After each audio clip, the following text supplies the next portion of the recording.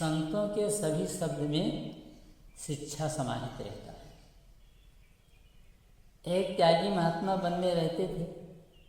बहुत से प्रेमी सत्संगी लोग उनके पास जाया करते थे।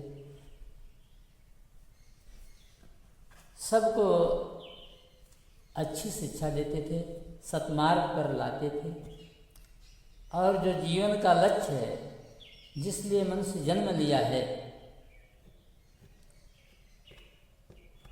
वो लक्ष्य की पूर्ति के लिए वो बहुत बल देते थे कि तुम्हारा जन्म इसलिए नहीं हुआ है कि खाओ पियो सो जाओ। ये तो पशुओं में भी रहता है, पशु भी खाते हैं और सोते हैं, डरते भी हैं, परिवार भी बढ़ाते हैं। वैसे तुम खाओ पियो, मकान बनाओ, परिवार बढ़ाओ, तो तुम्हारे पशु में क्या अंतर है? अंतर यही है कि पशु में ज्ञान नहीं, सत्संग नहीं सुन सकते, भगवान का नाम नहीं जप सकते, भजन नहीं कर सकते, और तुम सब कुछ कर सकते हो। या तुम में सत्संग नहीं है, भगवान का भजन नहीं, भगवान के चरणों में प्रेम नहीं है, तो तुम्हारे और पशु में क्या अंतर है? आहार निद्रा भय मैथुनं च समान एतत् पशुभिर्नराणाम धर्मो हि तेषाम् अधिको विशेषो धर्मेण हीना पशुभिः समाना। हमेशा शिक्षा देते थे, बेटा जब तुम गर्भवास में थे, तुम्हारा सर नीचे था, पैर ऊपर था। एक समय वो था संकट का, जब माँ के गर्भ में अटका, सर नीचे पैर ऊपर था, 9 महीने लटका। उस समय भगवान से प्रार्थना करता है, प्रभु मुझे बाहर करो, मैं आपके नाम को नहीं भूलूंगा। और वहाँ मूठा बांध करके आता है। यहाँ जब माया में फंस गया तो वो भूल जाता है, मूठा खुल जाता है। गर्भवास का है वादा तुम्हारा, रटूंगा प्रभु नाम की तेरे माला। संकल्प करके जीव आता है, यहाँ माया में फंस करके भूल जाता है। तो संत जी सबको उपदेश देते थे, सत्संग सुनाते थे। एक आ गए साहेब सूट बूट में, जूता पहने ही महात्मा के आसन पर बैठ गए। महात्मा कुछ नहीं बोले। थोड़ी देर में बोले, संत जी कुछ आदेश कीजिए, कुछ सुनाइए, कुछ हमको भी बताइए। संत ने कहा, प्रेम से भगवान के राम नाम का उच्चारण कीजिए।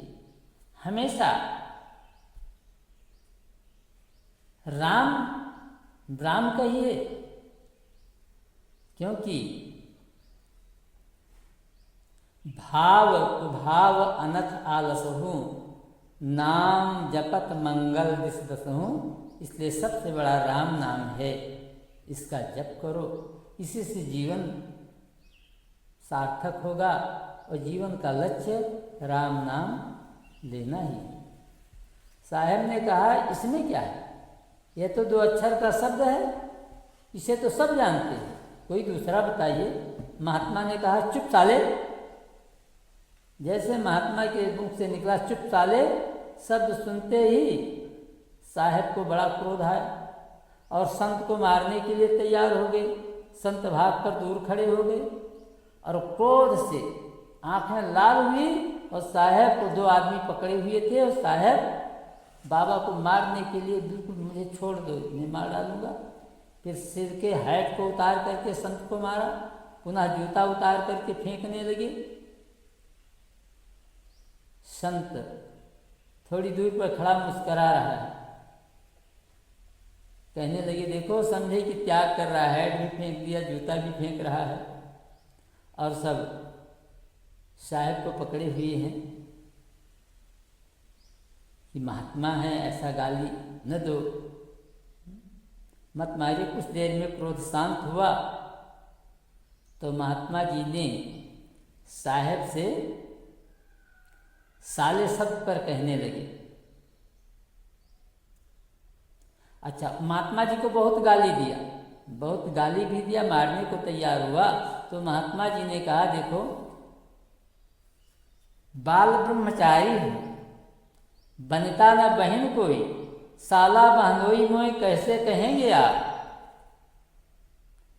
साले युग अक्षर के नाशवान शब्द ही जाने नहीं इतने उत्तेजित बनेंगे आप। मैं ये नहीं समझ पाया कि दो अक्षर का ये साला शब्द, इससे आप इतने उत्तेजित हो जाएंगे।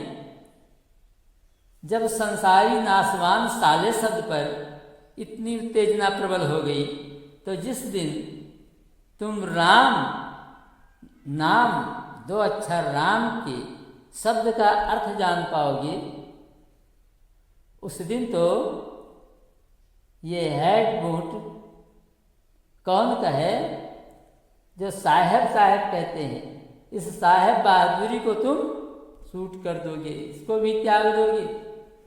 जिस दिन राम शब्द का अर्थ समझ जाओगे, महात्मा बन जाओगे। अरे बाल ब्रह्मचारी हूँ, बनता न बहन कोई, और साला बंधोई मोई कैसे कहेंगे आप। साले युग अक्षर के नाशवान शब्द ही, और जाने नाही इतने उत्तेजित बनेंगे आप। सृष्टि का आधार विश्वव्यापी एक राम नाम, और जा दिन या शब्द को अर्थ समझ लेंगे आप। वाह दिन बिनी हैट बूट कवन त्याग कछु, और साहेब बहादुरी को सूट कर देंगे आप।